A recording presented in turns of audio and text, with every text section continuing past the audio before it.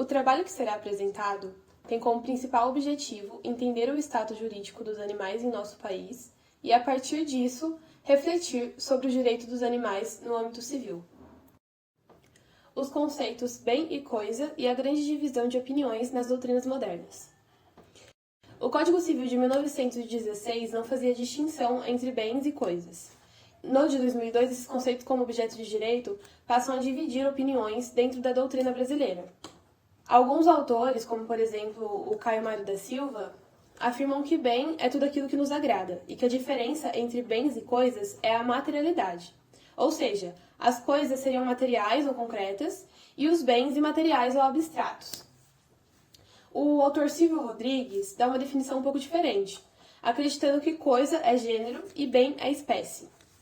Coisas, portanto, seria tudo que existe objetificamente com a exclusão do homem. E os bens, por serem úteis e raros, são suscetíveis à apropriação e possuem valor econômico. O Flávio Tartucci, por exemplo, ele concorda com essa narrativa defendida por Silvio Rodrigues e ainda acrescenta que todos os bens são coisas, porém nem todas as coisas são bens. Nessa mesma lógica, coisa seria tudo que não é humano, e bens, coisas com interesse econômico ou jurídico. Atualmente, no direito civil, os animais são classificados como coisas, fato que demonstra uma lenta evolução da legislação no que diz respeito a fornecer proteção adequada a vidas que não são humanas. Alguns autores, pesquisadores, professores e até defensores dos direitos dos animais, como por exemplo a Fernanda Luiza Medeiros e o Daniel Lourenço Braga, fazem algumas abordagens críticas a respeito de como o direito nasceu de uma visão antropocentrista e que, portanto, as leis elas surgem a fim de nos proteger, de proteger a nossa propriedade, os nossos interesses. E também como o direito, ele é um elemento vivo, ele é um processo que deve se manter em contínua construção e deve se adequar e evoluir de acordo com as necessidades sociais. Entretanto, no Brasil, isso não parece ocorrer no que diz respeito ao direito dos animais não humanos, já que, como citado anteriormente, eles ainda são classificados como coisas dentro do ordenamento jurídico. Nosso país caminha em passos muito lentos para mudanças quando comparado a outros, principalmente no âmbito do direito civil. O fenômeno da descoisificação, por exemplo, que é uma ideia que visa modificar o tratamento normativo que é designado a esses animais, os desvinculando da ideia antiga que os classifica como coisas, tem se espalhado globalmente e tem sido adotado por diversos países. Nessa mesma lógica, vários estudos comprovam que os animais eles podem sentir dor, prazer, angústia, solidão, assim como nós. E esses estudos os classificam como seres sencientes. E essa denominação, sencientes, tem entrado para diversas legislações ao redor do mundo. O avanço dos direitos dos animais no âmbito global. Bom, dois grandes exemplos desse avanço dos direitos dos animais é a Colômbia e Portugal. Na Colômbia, no que diz respeito à lei, o Código Civil ele sofreu alterações na Lei de Proteção Animal número 1777, de 2016, que apesar de manter os animais como bens móveis no artigo 655, acrescentou um parágrafo, que ao contrário do que foi proposto aqui no Brasil, explicitamente reconheceu a qualidade desses seres como seres sencientes.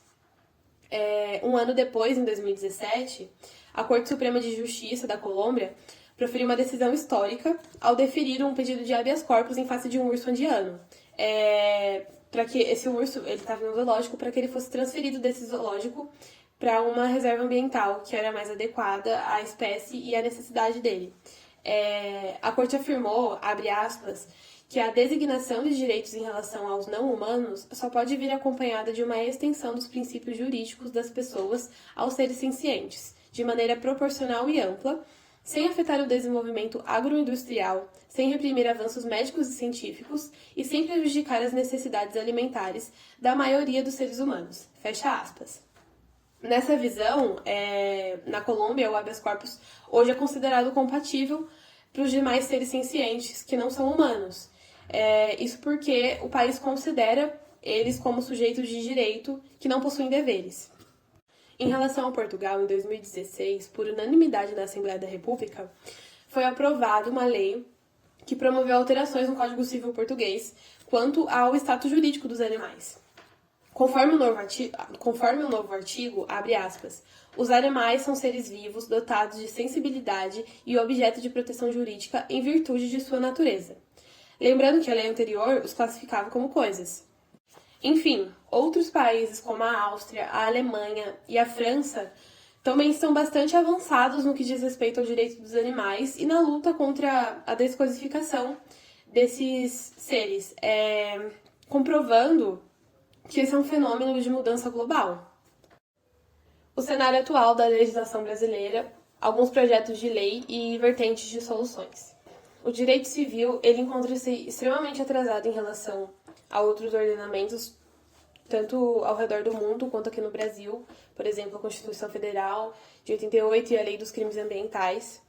E em 2015, o senador Antônio Anastácio, ele propôs um projeto de lei do Senado, número 351 de 2015, que consiste basicamente na inclusão tanto de um parágrafo único ao artigo 83 do Código Civil, o qual declara explicitamente que os animais serão tratados como coisas a fim de diferenciá-los dos bens inanimados, bem como também o inciso 4 da Lei número 10.406, de 10 de janeiro de 2002, que disserta que os animais serão tratados como bens para os efeitos legais, salvo o disposto em lei especial. Bom, a justificativa dessa PL afirma que os animais eles devem se enquadrar no conceito de bens, por eles estarem ligados à ideia de direito sem necessariamente caráter econômico. Enquanto coisas, nessa lógica, está necessariamente relacionada à utilidade patrimonial. Portanto, apesar da exclusão dos animais como coisas representar um grande avanço, é importante também salientar que a distinção entre bem e coisas não é unânime, como já foi tratado anteriormente. Além disso, o projeto de lei não faz menção ao fato de se tratar de seres sencientes. Portanto, os animais continuariam atrelados ao direito das coisas. Bom, sobre esse cenário, o autor Flávio Tartucci expõe que existem 3 principais vertentes de pensamento dentro do direito. A primeira vertente, os defensores eles buscariam elevar os animais ao status de pessoas, sendo atribuído a eles, por exemplo, o direito à personalidade. A segunda corrente de pensamento tem defensores que acreditam que separar o conceito de pessoa e o de sujeito de direito possibilitaria a proteção na qualidade de sujeito de direito sem personalidade e assim existiria proteção em razão do próprio animal ou do direito difuso como forma de proteção ao meio ambiente. Já na última vertente, os defensores eles simplesmente acreditam que a melhor coisa seria manter a legislação como ela está no momento.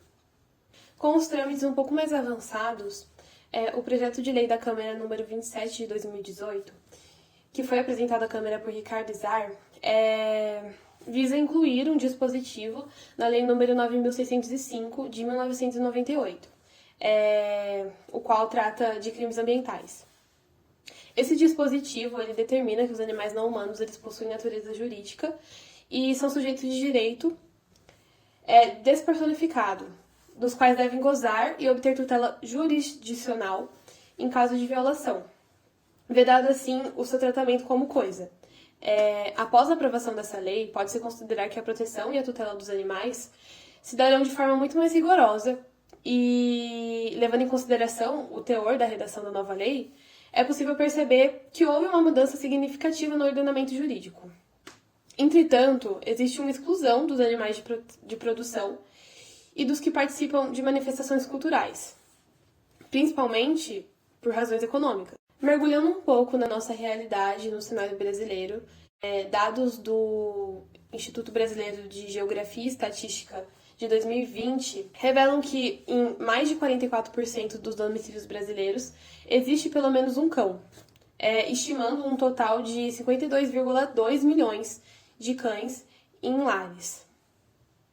Já em relação aos gatos, são 22 milhões de felinos que residem em lares e, por sua vez, a Pesquisa Nacional de Amostras de Domicílios, também divulgada pelo IBGE, de 2013, nos mostra que há mais cães de estimação do que crianças em residências brasileiras. Finalmente, através dos dados e teses expostos no projeto, cabe uma reflexão aos estudantes a respeito dos direitos dos animais no cenário brasileiro.